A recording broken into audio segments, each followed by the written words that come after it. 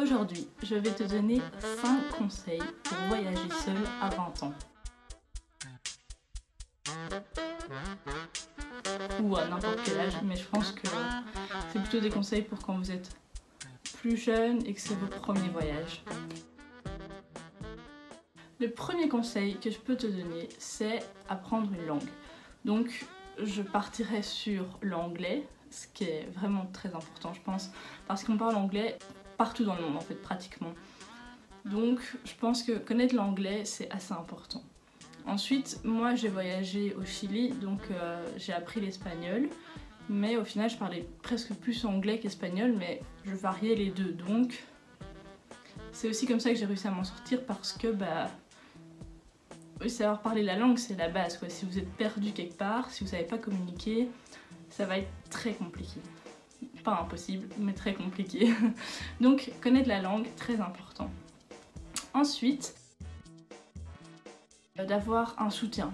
Donc, quand vous décidez de partir, que ce soit pour 2 semaines, 1 mois, 3 mois, c'est vraiment important, je pense, que votre famille vous soutienne, ou que vous ayez un ami qui vous soutient, qui a déjà fait, ou une tante qui a déjà beaucoup voyagé, et que si vous avez des questions, des interrogations, des doutes, qu'elle soit là pour vous rassurer, parce que c'est pas toujours évident de se dire ok, demain je pars, c'est parti. Enfin, parfois on a besoin d'un petit coup de pouce.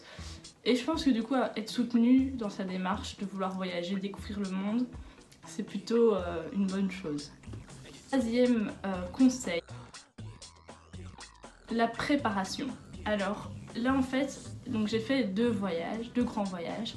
Pour l'Australie, j'avais tout préparé à l'avance. Donc j'avais mon logement pour Melbourne, mon logement pour Sydney. J'avais déjà prévu d'aller voir un spectacle, donc j'avais déjà pris les tickets, etc. Parce que un spectacle, souvent il faut s'y prendre à l'avant, donc voilà, je m'y étais prise à l'avant. Après, quand j'étais au Chili, là j'avais rien préparé du tout. Je savais juste que j'allais descendre toutes les villes, mais je savais pas vraiment lesquelles. J'avais quand même déjà vu où c'était, donc dans ce sens-là c'est important la préparation. Mais sinon, je dirais d'avoir une bonne carte avec soi. Donc moi j'utilise Maps.me, c'est vraiment génial parce qu'en fait tu télécharges la ville où tu vas ou le pays où tu vas et ça va tout prendre. Donc les routes, les magasins, les hôtels, les restos, enfin tout. Et donc à ce moment-là, tu dois pas te poser la question si tu auras du wifi ou pas. Donc je pense que ça c'est vraiment primordial quand on voyage. Sinon c'est... Enfin oui, si vous avez un problème de wifi, c'est assez difficile de s'en sortir je pense. Donc cette carte-là c'est génial pour ça. Et du coup, oui, télécharger à l'avance là où vous comptez aller, quoi. Et donc moi j'avais fait ça. Et donc après j'étais partie mais j'avais rien préparé de plus. Mais donc je pense que pour le tout premier voyage, donc comme j'avais fait pour l'Australie, c'est quand même bien de prédéfinir où vous allez. J'avais déjà pris les tickets de bus et des trucs comme ça. Parce que dans certains endroits il faut s'y prendre à l'avance, donc j'avais pas envie de pouvoir rien faire si je m'y prends pas assez à l'avance. Tandis qu'au Chili c'est plus spontané, tu prends ton bus au matin, il faut pas spécialement attendre 3 jours à l'avance. Donc ça dépend aussi où vous allez je pense, mais la préparation dans un premier temps c'est bien. Après si vous voulez être plus spontané, il faudrait quand même un minimum de préparation, genre là où vous comptez arriver et où vous comptez aller après, donc oui, enfin voilà, un minimum de préparation je pense que c'est bien pour pas être complètement perdu. 4e conseil, je dirais d'avoir un contact sur place. Il y a moyen de vraiment trouver un contact dans tous les pays. Il suffit de demander sur Facebook bonjour, est-ce que vous connaissez quelqu'un dans ce pays-là. Et enfin moi donc, en Australie c'était un ami et au Chili c'était des amis, des cousins de ma grand-mère. Donc pour vous dire, je les connaissais pas du tout, mais ils ont vraiment été là pour moi. Et à un moment j'avais eu un souci parce qu'on m'avait volé ma veste, mais c'était la leur en fait. Donc je les avais appelés et ils m'ont vraiment rassurée, ils m'ont dit c'est pas grave, tant que toi t'es en sécurité, c'est bon. Puis aussi le premier jour où je suis arrivée, le père m'avait fait visiter et tout. Donc ça a vraiment une source rassurante, même si j'étais de l'autre côté du pays, je savais que si j'avais un problème, je pouvais toujours les contacter. Et je pense que ça c'est vraiment très important aussi, surtout si vous êtes dans un pays très lointain, où vous parlez pas la langue, ou c'est peut-être un pays un peu dangereux. Donc je pense qu'avoir un contact sur place, c'est primordial. Ensuite, dernier conseil, je dirais d'aller toujours dormir dans les auberges de jeunesse. Alors pour plusieurs raisons.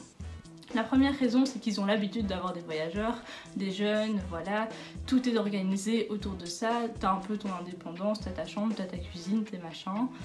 Si t'as de la chance, tu vas rencontrer plein de personnes exceptionnelles et donc tu vas pouvoir faire des voyages avec eux ou faire des excursions avec eux, donc ça je pense que ça peut être chouette. Puis aussi, dans les auberges, ils ont accès à toutes les excursions et ils vont t'inscrire aux excursions pour toi, ils vont organiser les navettes et les trucs comme ça et du coup c'est assez pratique, c'est assez facile et c'est ce que j'ai fait au Chili, donc j'avais rien organisé.